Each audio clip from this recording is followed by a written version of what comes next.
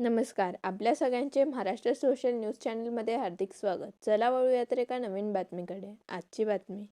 धुळे शहरातील गावगुंडांवर मोक्का अंतर्गत कारवाई करण्याच्या मागणीसाठी महिलांनी पोलीस अधीक्षकांकडे धाव घेतली आहे. कुटुंबाच्या सुरक्षिततेला धोका असल्याचे सांगत त्यांनी कठोर कारवाईची मागणी केली आहे.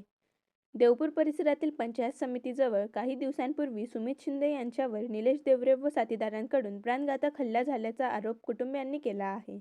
या प्रकरणी गुन्हा दाखल झाला असला तरी आरोपी सध्या मोकाट फिरत असून जीवितास धोका कायम असल्याचं महिलांचं म्हणणं आहे.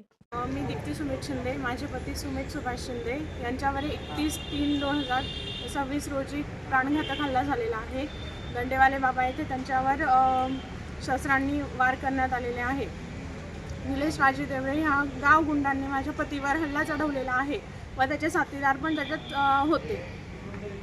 मागणी एवढी आहे की 1999 अंतर्गत ॲक्ट 1999 अंतर्गत त्याला मोक्याची कारवाई करावी. याच्या आधी हे आता की पोलीस प्रशासन आणि सरकार यांच्याकडे आम्ही एवढीच मागणी करतो की निलेश राजू देवरे व त्याच्या साथीदारांना लवकरात लवकर अटक करावी व कायदेशीर कारवाई करण्यात यावी. आम्हाला फक्त न्याय हवा आहे बस. बातमी आवडल्यास चॅनलला लाईक व सबस्क्राईब करा व दररोज अशा नवनवीन बातम्या पाहण्यासाठी चॅनलला फॉलो करा. धन्यवाद.